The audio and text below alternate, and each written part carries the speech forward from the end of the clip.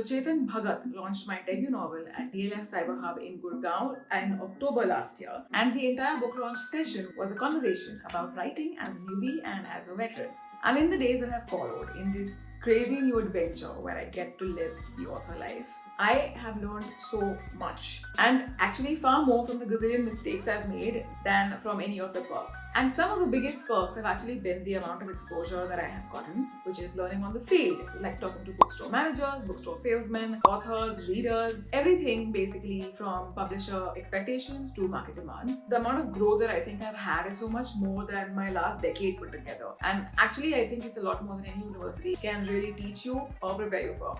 So today, I'm just going to talk about what my journey of writing this novel has been like, and I will leave relevant timestamps below for any aspiring writers watching this, because I know the impatience of wanting to make it to the first word. So, what my novel is about. I'm going to read from the blurb of my debut novel. It's called 3-2-1 Jump, by the way. What would the Bhagavad Gita look like if it played out today? When a perfectly average life is halted abruptly by a deadly virus on the loose, it brings together some unlikely pairings. Nanki Mehta isolating from COVID as it decimates the city lying outside her doorway, a cold night paralyzed by the chaos of Delhi, a bungee ad, and a conversation that spanned the distance to the mountains of Rishikesh and to what it truly means to be alive, especially when it comes with the burden of such privilege, that of being spared amidst a storm. This is a tale of morality and duty, and of authenticity and belonging as experienced in the world of this time. But mostly, this is a tale of how godliness can still always be found in the unlikeliest of times and places, one step at a time. So how did I choose my idea? Actually, I think the idea was born, about a decade before I actually started writing the book. I am the Director of Business Development of Jump and Lights the Bungee People. We have 2 bungee locations, Rishikesh and Goa. We actually got in professional commercial bungee jumping into India way back in 2010. Since then, we've had a phenomenal journey. But I think at the heart of me, I've always really wanted to be a writer. I think that if I didn't have a family business to go back to, and if I was just, operating independently in the world, I think that this is what I would do. I've always loved writing. I think I've always been celebrated in my family for my writing. From the time that I was in school, I always kind of dreamed about having a book in a bookstore with my name on it. But I always thought of writing as something that I would do in the future. And I think that when you're growing up, you kind of forget that you have actually grown up. And I think that future, kind of trying to imagine that future as now is I think there's no really starting point to that.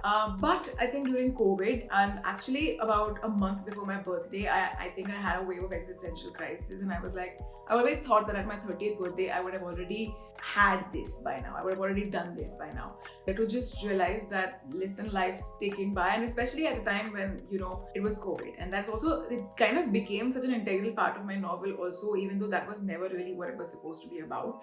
Because I think that was what we were all going through at that point. But through the last decade, I've bungee jumped over 14 times. I've realized with my experiences at the edge that moment just before you take off, I think that moment which the jumper shares with the jump master is a truly special one. And I think not a lot of people really come into bungee jumping realizing that. And I've seen that, be the same for the 150,000 jumpers that we've had at Rishikesh in the last decade. And with all the jumpers that come to our Goa location now, Goa is very new. But so many of them kind of leave that as, a part of their testimony or in their reviews that, the jump master really kind of helped their journey along. What's really special about that journey is also that the jump master is never really supposed to push you, because gathering the will and gathering the courage to actually make that choice to jump off the edge, even when you know it's the craziest thing to do, you really can't steal that away from the jumper. That is their journey. That is what they're there for. I think that is something that I really wanted to write about, and I really felt like nobody else in the country kind of was in the position to see this and observe this relationship so closely as I did, which is why I felt like, if this story is going to be written, it has to be written, and it has to be written by me. Also, I think one of the times that I was in Rishikesh, I had recently read something about the Bhagavad Gita. I think one conversation bit between Krishna and Arjun. I had no other experience with the Bhagavad Gita except what you have growing up in India, which is, you just hear bits and pieces, you hear quotes which have been, eternalized. So, I think that was my only experience with the Bhagavad Gita. But I always felt that if the Bhagavad Gita was reimagined in today's times, I just felt like it would be so special to imagine it through this analogy of a woman with fears, which became my metaphoric Arjun, and a jump master who sells courage for a living. I personally believe that, Krishna and Arjun both exist in every person, but I personally felt like this was a very, very interesting context to kind of bring that dialogue through about that dance between fears and courage and between authenticity and belonging. And by the way, when I finally got around to writing my novel, I realized that I actually didn't want to use this topic, even though it had been brewing in my head for so long, because I felt like it would require a lot of work. Like, I knew I needed to read the Bhagavad Gita before I could actually write anything about it, which is why I wanted to start with something simpler, because it was, as it is, I had a lot to learn about the writing process, the publishing process, and I didn't want to add Bhagavad Gita to the mix, which by itself is, something that would probably warrant decades. And then I was also extremely apprehensive about how people would take to, me writing about the Bhagavad Gita. I think we also have a tendency to put these things that we hold sacred on such a pedestal that we almost think that we are not even worthy of learning it yet. So let alone, talking about it. I was extremely apprehensive of how people would react, and at no point was I, wanting to posture myself as an expert on the Bhagavad Gita or on life, because that is something that I'm extremely skeptical about. I don't like when people posture them as such, and I would never want to do that. I just wanted to write it from the point of view of my experience with the Bhagavad Gita and my experience with life so far. And I think that is valid in its own right. I'm sure if I continue to study the Bhagavad Gita over the next decades, I'm sure that, my perspective is going to evolve. But to get to that point, I still need to make it through here. And there are a lot of people like me who are this age and who have an interest in spirituality, in adventure, and in self-growth. I think it is the trendiest topic right now also, but that's the marketing angle of it. But I do think that because of this pedestal that we keep it on, it in fact distances people from actually bringing it into their everyday. And if anything, the greatest tribute and the greatest respect that we can pay to legends, to folklore, to scriptures, to our legacy is actually to bring it into our everyday. So that was what my intention was. And finally, when I started writing it, I think that I realized that I could not really pick any other subject to write about. I tried really hard to. I tried to make it easier for me, but I realized that through the entire time that I was trying to hunt for a different story to start writing about, there was a compartment in my brain which had already started piecing this one together, like one brick over another, and building this story up. And that's when I realized, I think I should just give into it. I think the story has already picked me. How did I start? Okay, so I think that I painfully overthought the first word. I think that that's something that a lot of authors do, because you want to make this perfect little masterpiece and you just don't know where to begin. But I think what's important is just to begin. I think it doesn't matter. My first 5,000 words, which I assumed was going to be my first chapter, after a couple of rounds of edits, it ended up becoming my 6th chapter. And that's absolutely normal. That's absolutely fine. It's okay. I think you should just start from, I think, the most burning concept in your head. I think poring over the names, even my names have changed. My characters' names have changed since my initial few words and all of that. That happens, which is fine. I think you should just start kind of piecing together the main parts of the story arc. I think that's extremely important. Then, of course, subplots emerge, and then the way that you're narrating it emerges, and I think that's fine. I think in my second book, I'm going to be a lot less critical of my first word and my first chapter, because I think now I'm aware that that's a part of the process. How long did it take to write the novel? Okay, so like I said, I think if I was to really account for it from the time of conceptualization of the idea, it's probably been about 7 years. But from the time that I actually put down the first word on my laptop to the time that I actually sent it out to the publisher, I'd say 1.5 years. I started writing in April of 2021. Like I said, 15 days before my birthday, as part of a wave of existential crisis that I was having. And my book got published. It was out in the world in October of 2022. Which, by the way, is relatively short. And I don't think I could, if I was to ever write another book again, I don't think it would take me as little time as the first one did. And that was only because it was lockdown and all of my time was only consumed by writing this piece of work. But now, I mean, work has resumed, and that comes along with a lot of its own responsibilities. But I'm okay with also giving it longer. Normally, I know of people who've written one book over a decade and created something beautiful. So, but also at the same time, there are people who want to churn out, a book every year, or there are also these courses on writing a book in 2 months and all of that. But that's not even the joy for me. I really want to be immersed in the story. How did I complete my manuscript? Okay, in all fairness, I would not have been able to complete the manuscript if I didn't have a book coach along with me through the process. Now, an editor usually joins the process after the book is complete, after your manuscript is complete. But my editor, Dagny, whom you will find in my acknowledgements page also, she basically was an editor with you while you were writing. So every week I had to submit to her a draft, at least 3,000 to 5,000 words was our initial goal. A lot of weeks it was a lot lesser, it was never more. So on a weekly basis, she would read it as a critical reader and send me back her feedback. Now there were times when the story was extremely nebulous. From my draft of maybe a few thousand words or whatever, she couldn't really tell where it's going. So she would withhold her feedback and then give it to me when she could kind of make sense of where the story is headed. And I think the mark of a great editor is, when they manage to streamline your thoughts without altering how and what you're really writing about. I think that is what makes Dagny truly special for me. Up till that point, I have worked with editors in the past. I've written a lot for mainstream media, as articles and as brand communication and whatever. And I've always hated them because I always feel like they completely take away the essence of what I wanted to say, the way I wanted to begin my article, the way I wanted to end my article, all of that. But, after having worked alongside a wonderful editor, I realized what a gift they actually are to the entire process. Also, I think it was great validation in terms of what I was doing while I was doing it, because I think that otherwise the process of writing can be so unnerving. You can pop out of the story because sometimes writing the same scene can take you weeks, maybe even longer. And like my book kind of panned out between, I'd say, 5 months. That was a timeline within my book.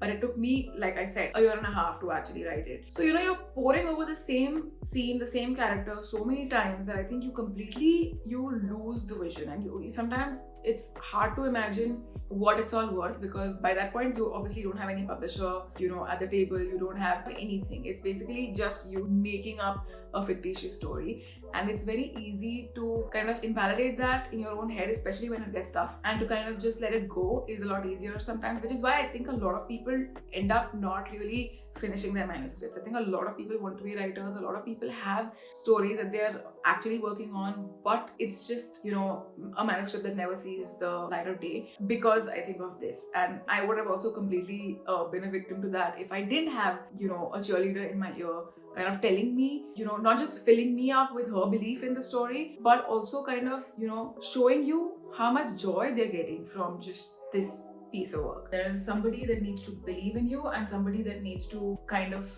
act as your accountability partner. That's extremely important because without that, I think you can lose yourself in the plot of the story. Like in my case, I had my editor Dagny, who was playing that role for me. She would read the draft that I would, write and send across to her every week, and she would give me her feedback as a critical reader. And sometimes she would highlight points that I would feel so foolish for having missed, but it's just that you know the story and you overestimate what the reader knows. Okay, the reader does not know you, the reader does not know the characters, and so it is your job to convey them, to basically make these characters come alive to the reader. So I think that really helped me understand a lot more of the writing process as well. But certain other points that become extremely important are writing every single day. Now I know that, at the outset, a lot of people have these very romanticized ideas of how anything to do with art is. They think that, the inspiration needs to strike you. It is definitely not a linear process, but writing every day is something that you do as a discipline. If you want a completed manuscript, if you have a goal to make this commercial piece of work, then you need to be at it every single day. Otherwise, you will lose the thread of it. And I think that was, for me, something that became a driving factor because I had a mental map of where the story needs to go. And, I also had a timeline that I was working towards.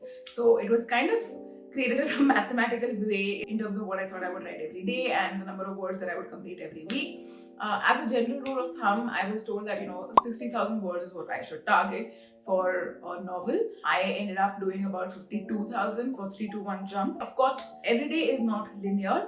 There are days you're a lot more productive. There are days that you just can't really do much. But even those days ended up actually adding a lot of value to the story because they were basically days that I didn't know how this plot needs to be navigated. And so those were days where you were just sitting and thinking. But even that was important. And something that helps towards that end is having a dedicated space where you're just working. It is not my bed, it is not my room. It usually it was my office, and I used to go there during lockdown. All through lockdown, I've gone to office every single day. Work was short jump in heights is an experiential tourism marketplace. We are a bungee jumping facility, and of course it was shut during lockdown, but I still made it a point to go to office every single day just to get this done. And that also ensured that I was dressing up accordingly. It puts you in that mindset, and that really helped me. This is how I managed to complete my manuscript. Without any of these points, I would not have been able to do it. Okay, so the next point is querying. In my experience, what happened is I think I ended up spending far too much time researching about publishers than I did about literary agents. Now, it depends on what your goal is and why you're writing a book, and I think it's very important to address that right off the bat. But in my case, I was definitely writing to be in the literary space. I was not doing it as self-branding or a credibility thing.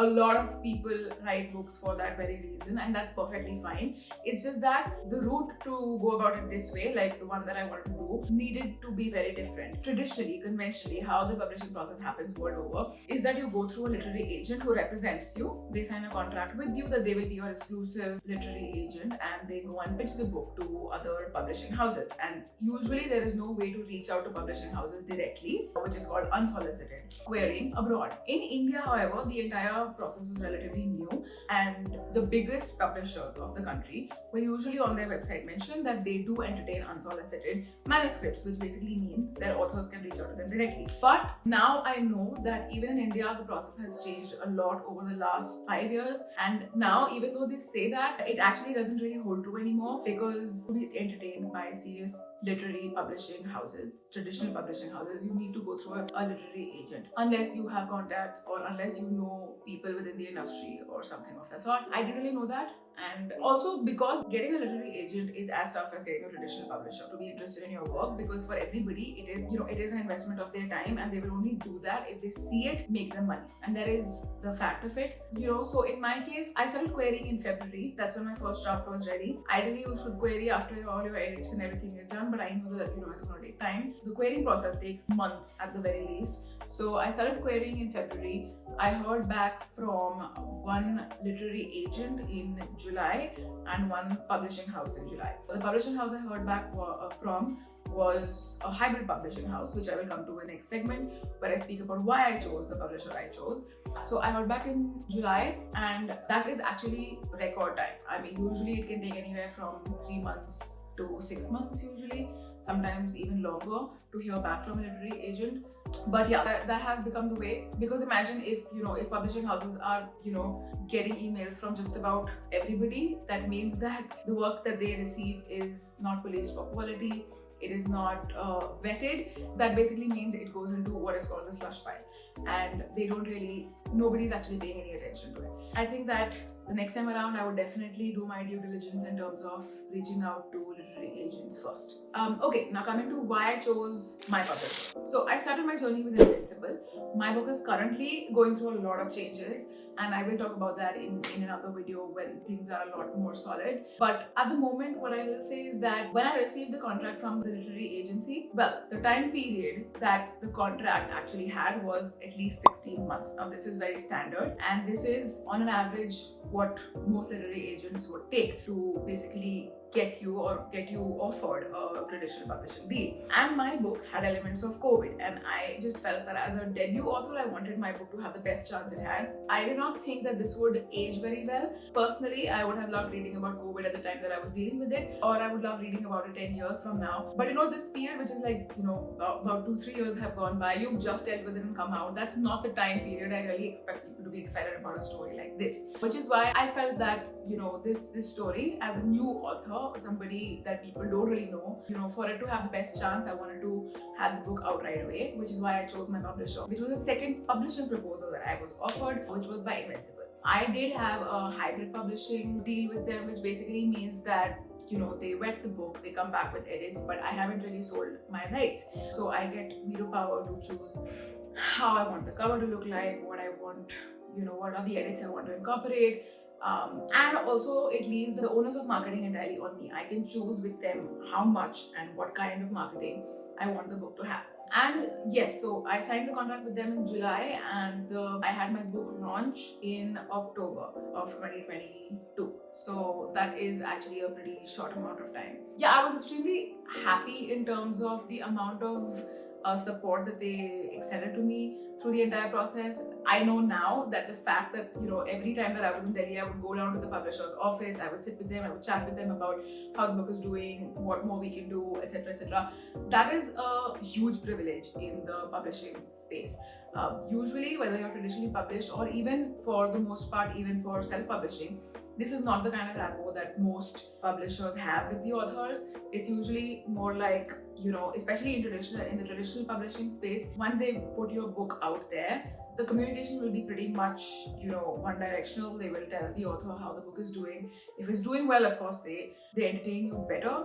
I believe this is what I've heard from other authors, but of course, it's not an experience I've had. Yeah, I've learned a lot though in the last few months, and as I said, I'm very, very excited about all the changes to come for my book. It's only going to be bigger and better from here on, and it's only going to be onwards and upwards. And marketing. That brings me to the last segment of this video, which is marketing. Now, this was the one aspect that came as a complete surprise to me. I think I completely underestimated how much the author needs to do. I thought that, once I've chosen my marketing plan with the publisher, and because Invincible's distribution is pretty solid, I thought that that's going to do the job, and that's about it. And I thought every now and then I'll have to post a little bit on social media, and that's about it. But I was so wrong. And I think this is a big aspect that I would do extremely differently when I go about my next book, or even with the marketing that will now revive again for 3-2-1 Jump in a few months' time. So I think that something that I've realized now is that a lot of publishers, any publisher actually, is going to rely heavily on the author. So as an author, you need to be your own PR team, you need to be your own vocalist, you need to be your own social media manager, you need to do all of it. You can of course get help, everything is going to come at a cost. But the fact is that most books are getting sold now because of the brand value of the author. And the brand value of the author a lot of the times comes from social media, which is what brings me to this YouTube channel. I didn't expect to have to be so out there with social media once the book came out, but I know for a fact that I've been told this several times over the last few months that I need to build my audience to basically sell my books. And this is just a fact. And I think that initially I was also extremely skeptical of doing this, primarily because I never got into it for this. I was personally extremely skeptical of how my immediate friends would react, how my immediate family would react, how talking to a camera can feel so weird, and all of it. The judgment that's going to be happening behind the scenes, etc. And anybody can scoff all they want, taking the intellectual high ground about Instagram and YouTube. But the fact is that it is an extremely powerful medium. And if you really want to make great headway, I'm not going to say that it's absolutely mandatory and all amazing authors have incredibly huge Instagram profiles or anything. But I will say that if you have it, it's always going to help. So that's something I wasn't expecting, but I'm here for it. I see the point. I've handled marketing for Jump Nights for 10 years. This is slightly different, but at the same time, I get what they're saying. The fact is, you would be a fool to not really use this as a tool and to leverage it as a tool. And I think that's something that I need to keep reminding myself of, is also to do it with a pinch of salt and to enjoy it. That's something I forget sometimes because I just feel so pressured and I feel so impatient and time bound. But at the same time, it's something that I think the version of me that was like probably 16 or 17 would have found extremely exciting, to have my own YouTube channel, to be talking on Instagram, to be reading books and to be recording and to shoot and to dress up in front of the camera. Like, I think I need to remind myself to be that version of myself every now and then. So yeah, so social media is of course a very, very big aspect of the whole deal. Another thing is meeting readers. I think this can happen in several ways. This can happen through book clubs. I did have a couple of book club sessions and I absolutely loved it, connecting with the readers. I think initially I had an apprehension that if you really know the author, if you get to meet the author, then it kind of like, takes away from the magic of the book, because then you're reading the book through their voice. When you're reading somebody you don't really know, you're making the story your own. That was an apprehension I definitely had, but I know that I think I was wrong about it, because I do see a lot of authors make great headway, going to colleges, meeting people, basically forming a personal connect with readers.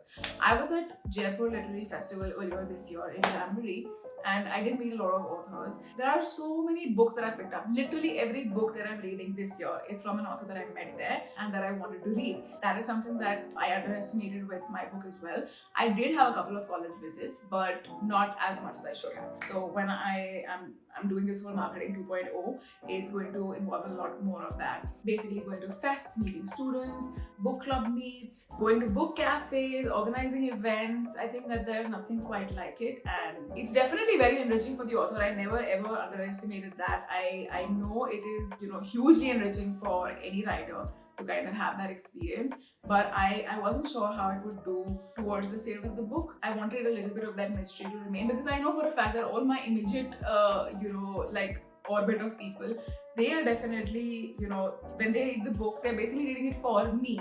They're reading it in my voice. They kind of, sometimes depending on how close they are, they probably even know where the inspiration for each of the characters come from, whom they're basically molded on, etc., etc. So they kind of reading it like it's my personal diary, which by the way is its own kind of uncomfortable horror show. But for the other readers, yeah, I think that forming that personal connect is actually goes a really long way towards sales. Yeah, so I'm still learning on the job, on the field, and I'm having a lot of fun with it. As I said, I think that it's been one of the most enriching experiences of my life. Of course, I've learned a lot more from the mistakes I've made, but having said that, at this point, so I think it's really early on in my journey, so I can afford to make those mistakes. And I'm glad I'm doing it now. It's sooner rather than later. I know it's only going to keep making me better and refining my craft, connecting more with readers, and hopefully writing better. So thank you so much for watching, and stay tuned, and I'll be back next week.